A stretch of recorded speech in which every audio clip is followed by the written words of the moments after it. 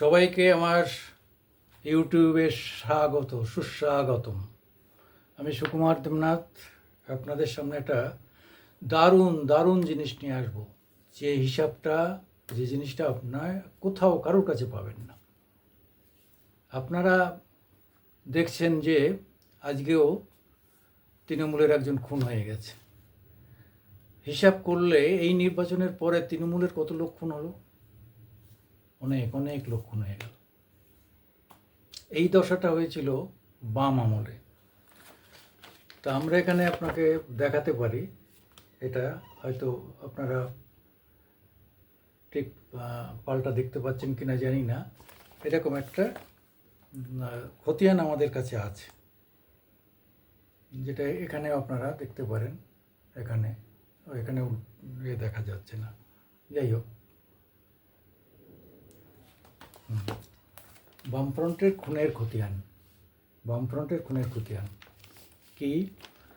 এটা হচ্ছে মাননীয় মুখ্যমন্ত্রী অর্থাৎ বুদ্ধদেব ভট্টাচার্য 15ই জুলাই 2010 তারিখে বিধানসভায়, মানে 1/1/2009 থেকে 15/2/2010, 1/1/2009 থেকে 15/2/2010 এর মধ্যে কত ধর্ষণ ইত্যাদি হয়েছে তার বিবরণ দেন এক বছরে। সেখানে খুন হয়েছে 2284 জন, 2284 জন।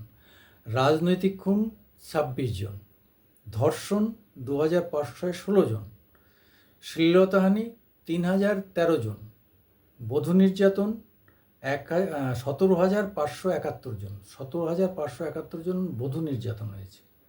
মাওবাদী ইত্যাদি সংঘর্ষে মৃত 134 জন। সূত্র দৈনিক স্টেটসম্যান 16/7/2010।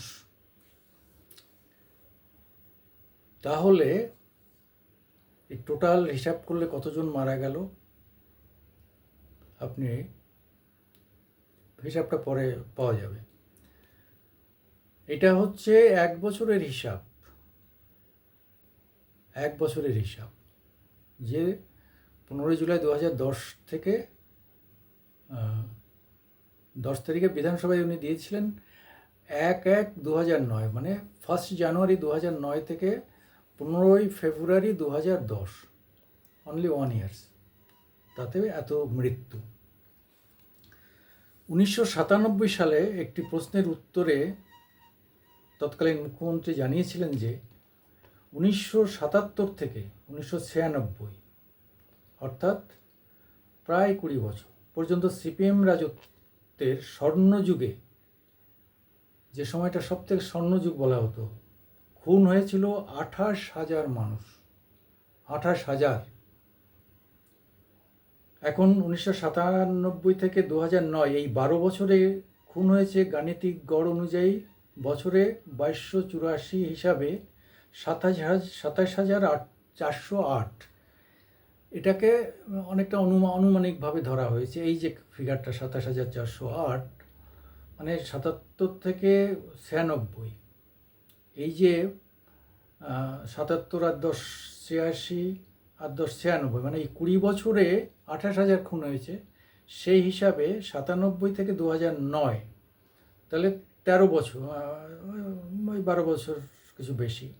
ওই গড় হিসাব করে দেখা গেছে যে বছরে যদি খুন হয় 2284 জন, তাহলে মোট খুন হয়েছে 27,480 জন। এর আগে 1977 থেকে 1996 পর্যন্ত খুন 28,000, আর তাহলে 1977 থেকে 2009 এই 31 বছরে বামফ্রন্ট রাজত্বের রাজনৈতিক খুন হয়েছে 28 প্লাস 27,000, মানে 55,408 জন। ভাবুন, 1977-এ প্রথম বামফ্রন্ট আসে, সেখান থেকেও তারা 2009 পর্যন্ত যে খুন, অর্থাৎ 2011-তে যায়, 2009 পর্যন্ত, 2009-এর যে লোকসভা হয়েছিল, 2009 পর্যন্ত যে খুন হয়েছে তার সংখ্যা হচ্ছে 55,408 জন। তাহলে তারপরেও তারা ছিল 2010 2011 ফেব্রুয়ারি পর্যন্ত। তাহলে সেটা ধরলে আরও আরও কিছু খুন হয়েছে। তখন তো প্রত্যেক দিনই খুন হতো, অর্থাৎ গড়ে 1787 মাসে 149 জন, মানে মাসে গড়ে 149 জন, আর দিনে প্রায় 5 জন, অর্থাৎ প্রতি 4 ঘন্টা 50 মিনিটে একটি রাজনৈতিক খুন। বছরে যদি 1787 জন মারা যান, মাসে পরে 149 জন, দিনে 5 জন, অর্থাৎ প্রতি 4 ঘন্টা 50 মিনিটে হলো একটা করে খুন। দুঃশাসনের এই সংখ্যাতাত্ত্বিক প্রমাণের পর কি সিপিএমের রাজ্য শাসন করার কোনো নৈতিক অধিকার আছে? বামফ্রন্টের এই খতিয়ান কম্বোডিয়ার শাসকদের ও চেচেস্কুদেরও লজ্জা দিচ্ছে।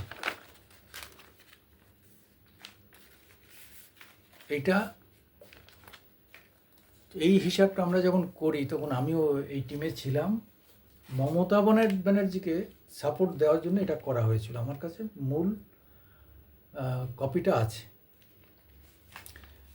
তারপরে ধর্ষণ সরকারি পরিসংখ্যানে বাংলা সবার উপরে ছিল তখন।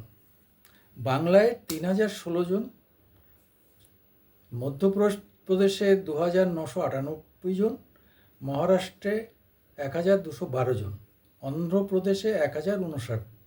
পরিসংখ্যানটা হচ্ছে জানুয়ারি 2009 থেকে 15 ফেব্রুয়ারি 2010 পর্যন্ত, ওই 1 বছরের মধ্যে হিসাব। তাহলে তখনও বাংলা ছিল মানে ধর্ষণের শীর্ষে, রেফে শীর্ষে ছিল। হারমাদ দ্বারা ধর্ষিতা নন্দীগ্রামের মা বোনেরা, তার একটা তালিকা ছিল 14 থেকে 15 মার্চ 2007 থেকে 10 নভেম্বর 2007, 18-19 এ পর্যন্ত। কালীচরণপুর, গোকুলনগর, কেশবপুর, সাতেঙ্গাবাড়ি, এইসব কয়েকটা গ্রামের তালিকা, তাও তালিকা অসম্পূর্ণ, এদের নাম রয়েছে, নামগুলো আর বলবো না। এই প্রসঙ্গে মনে পড়ে যায় যে 1990 সালের 30 মে বিকেলবেলায় কলকাতার অদূরে বানতলার ঘটনা। 45 বছর বয়সের নিচে পশ্চিমবঙ্গ সরকারের স্বাস্থ্য দপ্তরের কর্মী অনিতা দেওয়ান, উমা ঘোষ আর ইউনিসেফের নিউ দিল্লির অফিসার রেণু ঘোষ প্রকাশ্য দেওয়ালোকে ধর্ষিতা হলেন না, তাদের খুন করা হলো। সেদিন খুন হলো ওই গাড়ির ড্রাইভার অবনীপ্রসাদ নাইয়াও। তখন বামফ্রন্ট সরকারের কর্তা ব্যক্তিরা বলেছিলেন, এরকম তো কতই হয়, মানে জ্যোতি বসু বলেছিলেন যে তিনি মুখ্যমন্ত্রী, এরকম তো কতই হয়। এটা হচ্ছে ধর্ষণ সম্পর্কে কুখ্যাত দৃষ্টিভঙ্গি। বামফ্রন্ট সরকারের আমলে খুন ধর্ষণ এখন দৈনন্দিন কার্যকলাপে দাঁড়িয়েছে। কেননা বুদ্ধদেববাবু তার পূর্বসূরির চেয়ারে বসে তারই ধারাকে বজায় রেখে বাংলার মা বোনের ধর্ষণের আবার বলে উঠবেন, এরকম তো কতই হয়। একবার অন্তত এই সরকারের লজ্জা হোক, একবার অন্তত বলুন যে আর আমার কোনো মা বোনের ইজ্জত নষ্ট করতে দেব না। প্রার্থনা করে ঈশ্বর এদের অন্তত একটু লজ্জা দাও। মানমর্যাদাহীন, নির্লজ্জ, অমানবিক এই সরকারের অবিলম্বে পদত্যাগ করুন। আপনি সরকারে এলেন 2021 ফেব্রুয়ারি মাসে, আপনি জিতলেন, মাননীয় বর্তমান মুখ্যমন্ত্রী। আপনি পার্ক সার্কাসের সেই খ্রিস্টান মহিলা কি সুজন জেট না কে জানো, তার বেলায় কি বলেছিলেন? তারপরে পরপর অনেক ধর্ষণ হয়েছে, কি বলেছিলেন? যে এর সঙ্গে ওর প্রেম আছে, তারপরে ও তো শরীর থাকলেই সব হয়, এরকম বহু কথা পরপর বেড়েছেন। আর রেপের খবর করলে আপনি এত ক্ষেপে যেতেন যে যারা খবর করছে তাদের পারলে গলা টিপে মেরে দেবেন, এরকম আর কি।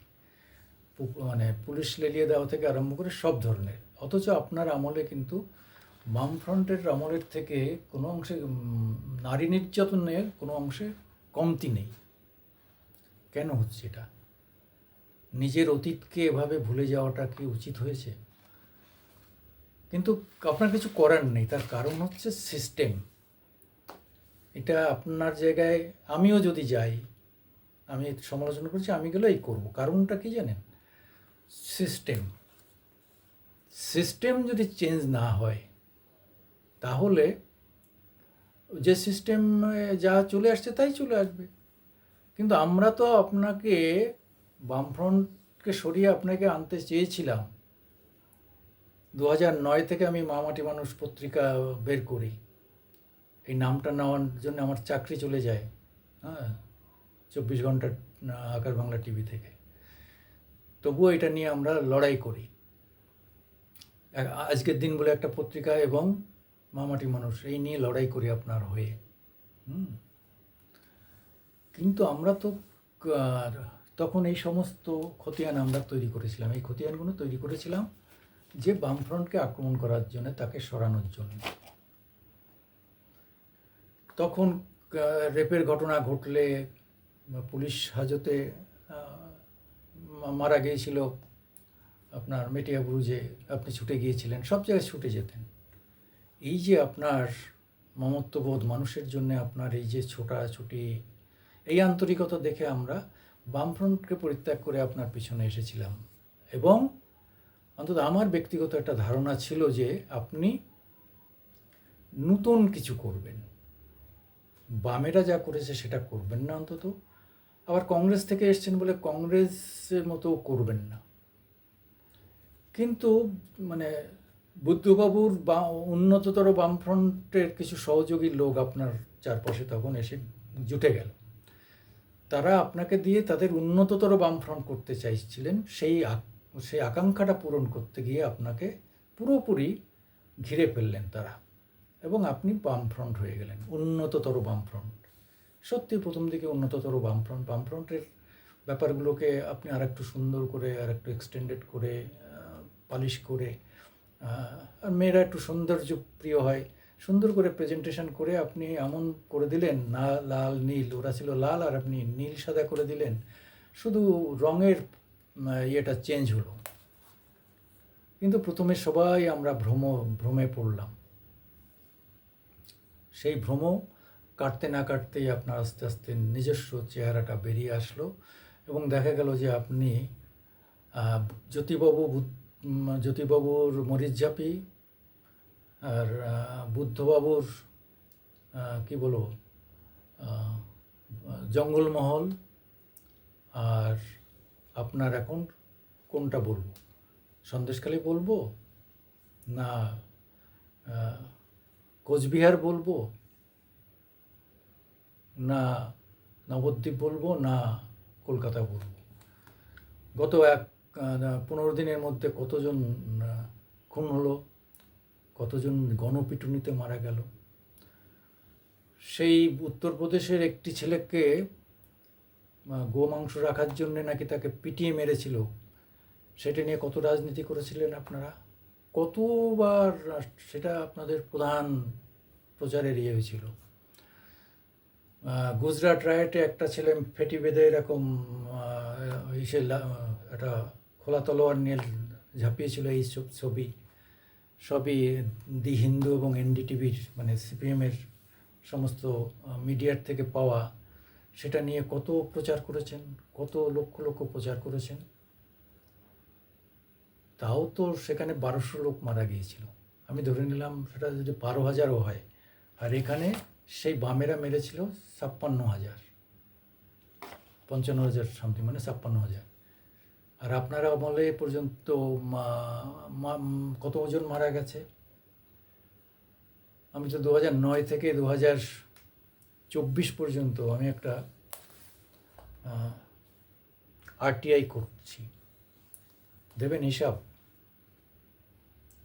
হিসাব পাবো না এটা জেনেও আমি আরটিআইটা করব, না হলে তারপরে কমিশনে যাব, দরকার আরও উপরে যাব, কিন্তু হিসাবটা চাই। কারণ হচ্ছে আমার এই যে হিসাবটা রয়েছে না, এর সঙ্গে মেলাবো। কারণ হচ্ছে এই বাংলাকে, সোনার বাংলাকে ভেঙে চুরমার করে এটাকে লুটে পুটে চুষে ছিপড়ে বানিয়ে দেওয়া, এই যে 2009 থেকে চলে আসছে আজ পর্যন্ত, মানে 2009 বলছি, 1977 থেকে চলে আসছে আজ 1924 পর্যন্ত, এইটার দেখে এটা শেষ দেখে যেতে হবে। আমরা সাংবাদিক আর কী করতে পারি, কিন্তু হিসাব নিকাশটা অন্তত আমার প্রজন্মের কাছে তো রেখে যেতে হবে, এ দায়িত্ব তো আমাদের। আমি সুকুমার দেবনাথ আপনাদের আমাদের মামাটি মানুষ ইউটিউব নিয়ে আপনাদের সামনে এসেছি। আপনারা দয়া করে আমাদের একটু লাইকস দেবেন, শেয়ার করবেন এবং সাবস্ক্রাইব করবেন। নমস্কার, নমস্কার, নমস্কার।